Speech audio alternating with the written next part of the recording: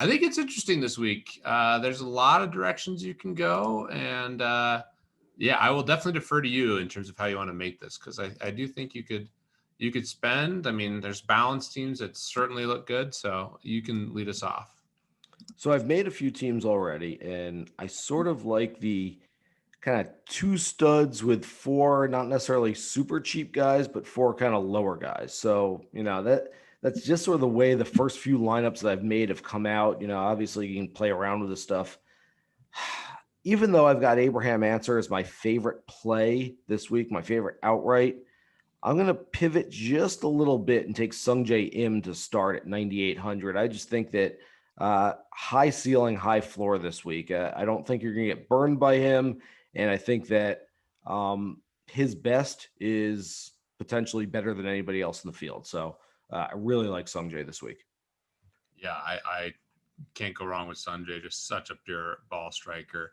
And that's a good price. Like I mentioned, I think he should be fourth or fifth, and I believe he's like the seventh or eighth priced golfer. So some strong value there.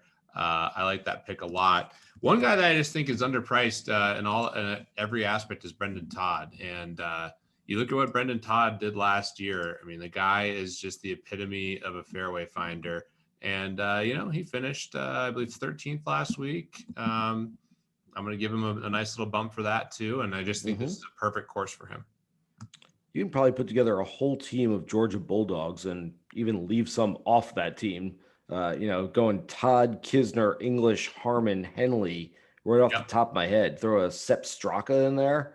That might be it. That might be your 6-man Georgia team right there's there. Your winner right there. Yeah. Yeah. I mean, you could just throw something in that. In fact, I might just do that when we get off the pod.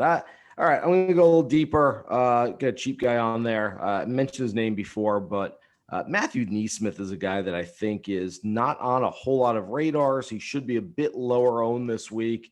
And I think you've got to differentiate a little bit from the guys that everyone else is looking at. So Matthew Neesmith is a guy that he tends to make cuts, which you're looking at from a lower price guy, and he makes birdies in bunches. He's 17th on the PGA Tour in birdie average so far this season. Looking at his last 3 starts, 17th or better or last 4 starts, 17th or better in 3 of those. So really like Neesmith this week, especially Bermuda greens again. Perfect. Love it. Well, I'm going to save us some money and get in before you take him. Our guy, you can't not take Steely here. I mean, 7,100. He's he's on the podcast in spirit with us. We're taking him. Yeah. Obviously love it. By the way, and I was mentioning Takumi Kanaya before, who, hey, I like it, throw a dart, not a bit. The fact that DraftKings has him priced the same as Brendan Steele, as Brandon Grace, as CT Pan. I mean, look, I like the kid. I think he's going to be a good player. I think he can play well this week, but you've got some serious professional golfers that he's dealing with the exact same price point. So yes, Steely absolutely over him at 7,100. We've got 4 of 6 positions filled, one more each for both of us, 87.50 per man left to spend. Let's see where I want to go. I want to spend some money. I'm going to do whatever you want. You can go anywhere. I got all over. I tell you what, we've got guys, and I think they're both going to be highly owned, but a couple of those Georgia Bulldogs at 8,800 and 8,700 that we could easily plug in and leave nothing on the table. You want to do Kisner Henley, or you want me to go somewhere else? I'm fine with Kisner Henley, or we could, if you want to. I mean, you could finish that. Why don't we give our the listeners a couple options? Kisner Henley. Okay, that's nice. So Kisner Henley, I think, is your chalkier option right there, and I have absolutely no problem with it. I think you're going to want to differentiate a bit more at the bottom of the lineup, and I think we have with Neesmith and maybe with Steely as well. But Abraham Answer, I mean, I mentioned him off the top, and I didn't take him instead of him, but I will take him right here at 9,400, which leaves a nice 8,100 right there. And there's a guy whose name we have not mentioned, who's never won this golf tournament and is the all-time leading money winner of this event, which I don't think that's happened at many, if any, other events on the PGA Tour schedule. Yeah, Charles Howe, for what it's worth, also historically has played really well in the beginning part of the year.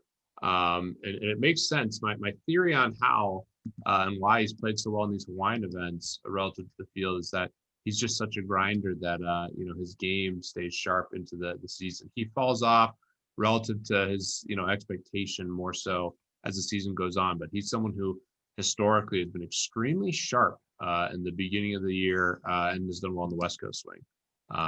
So that's just a theory. I just, if you took all the golfers out there and said who plays the most during the offseason, my sense is Howell would be near the top of that list. Charles Howell, in 19 starts at the Sony Open, has made the cut 19 times, has 13 top 25s, 10 top 10s, 2 third-place finishes, and 2 runner-up finishes. I still contend. I know he's got 3 wins. I know a lot of people look at him as sort of the poster child for golfers make too much money, even though they don't win golf tournaments all the time. That said, I will maintain that Charles Howell is 15 burnt edges on Sunday afternoons away from being a potential Hall of Fame candidate and being one of the, if not best golfers of all time, at least one of the better golfers of all time. And it's just sometimes your career just has a whole lot of bad luck. And I mean, you can't really say that Charles Howell coulda, woulda, shoulda won fewer than 3 events in his PGA Tour career. You can absolutely say that it could be double, triple, quadruple that number. Yeah, I really like him. I'm tempted to throw him on, but we could leave some money. And also, just real quick, from a betting perspective, I show him as a slight negative value in the outright markets, but actually show value on him as a top 20 and top 10 pick on MGM, where ties get paid out in full. And that track record is really good. And I don't think, the betting market will probably move on Howell because that's a statistic that some people will see. But early on, if you're able to catch it, I do think there's some value there. Emiliano Grillo, we talked about.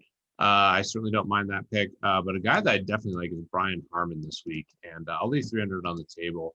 I just think he really played some great golf. He had a really nice stretch last year to kind of close out the season. It's basically top 40 in every event except the RSM Classic, where he missed the cut. But basically every other time he was right there, including some higher finishes too, but just grinding out top 40s. It's like 8 or 9 events where he's T40 or better in every event.